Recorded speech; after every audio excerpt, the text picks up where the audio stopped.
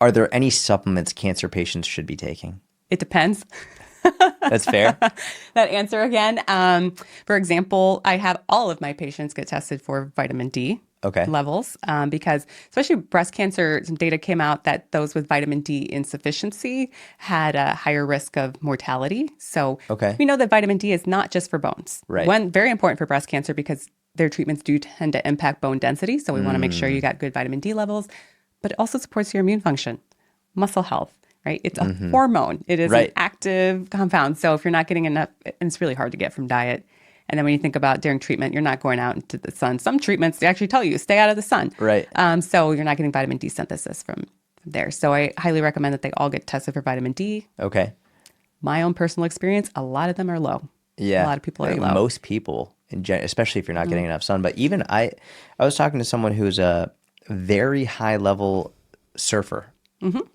Out in the sun all the time, had chronically low vitamin D levels, which is, I just assumed that if you're out in the sun, you'll have very high levels. But to your point, get yourself tested because you don't know. Yeah. So I'm not an expert in the vitamin D area, and I have some people that have argued with me on the internet, like it's not that important. I'm like, okay, well, that's wild. Of course it's important. These cutoffs are arbitrary or whatever. I'm like, well, there's enough observational research that says why not? It is safe. We know that we need it. It has function.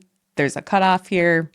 Let's just try to get above that cutoff. Now, if people aiming for like 50 or 100, and like, I don't know if we have evidence for that, but probably not a good idea to be deficient in a vitamin. So that, I also have many of my female patients test for iron, full iron panel, because, iron can be normal if there's low stores, because anemia can be very common that occurs during therapy. So let's make sure you are good. But you're not being like, you need glutathione, No. And in fact, there is data that shows that cancer survivors use supplements more than the general population.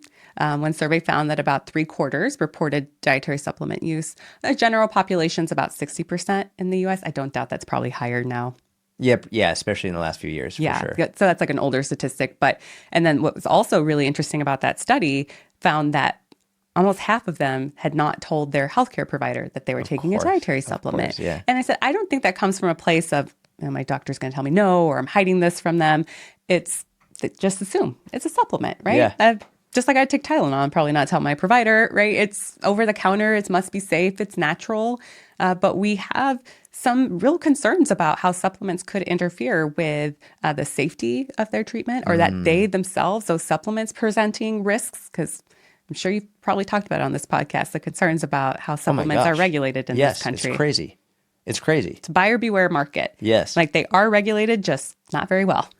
Not very well. And on the bottles, they say this is not evaluated by the FDA. Like it's very clear. And it raises, like a lot of people are not aware of that supplements do not have to be proven safe, effective, pure before they're allowed out on the market. They don't even need to tell you what's in it. They could just say it's a proprietary blend, and you don't even get to know what's inside. Yeah, and that's where I have a lot of concerns. Like patients, when they bring a supplement like that, like, I don't know, because I can't tell how much of each of these things are in here. I think that's kind of an automatic, like, sketchy, 100%. Kind of red flag there. It's like, you need to know what you're taking, because if anything happens, you know exactly what it was, what caused it, and they can take it from there. Best case scenario is they're wasting their money. That's like the best case.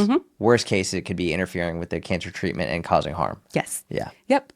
For example, with tamoxifen is a endocrine therapy that many breast cancer survivors take after treatment's done. It helps lower the risk of recurrence. A supplement, curcumin, which is in turmeric, was shown to interfere with the metabolism of turmeric. So it actually, or with tamoxifen, so lower amounts of tamoxifen. So it was a small study, and it was just to like kind of proof of principle here that these natural compounds, if they are being metabolized by the same enzyme that the drug is being metabolized by, that makes sense. Like Chem 101, right? Or it's like substrate versus your enzyme there. It's going to change the product. If they because of their dietary preferences or culturally they eat a lot of turmeric, would you say, hey, we need to reduce that?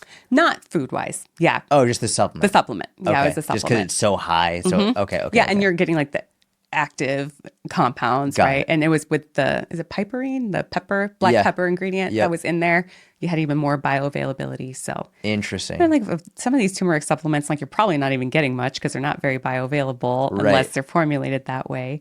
But yes, and they've shown too that some antioxidants might interfere with the efficacy of treatments like radiation. Part of the way it works is inducing oxidative stress. So if you're giving too much antioxidants, you're actually helping quench that oxidative stress, and that can be protective for the cancer cells that should be damaged by that oxidative stress. That's when radiation does cause a DNA damage, but there's also oxidative stress that should damage these cells. So antioxidants may interfere with the efficacy. So we typically say, just don't even risk it. Yeah, makes sense. Don't.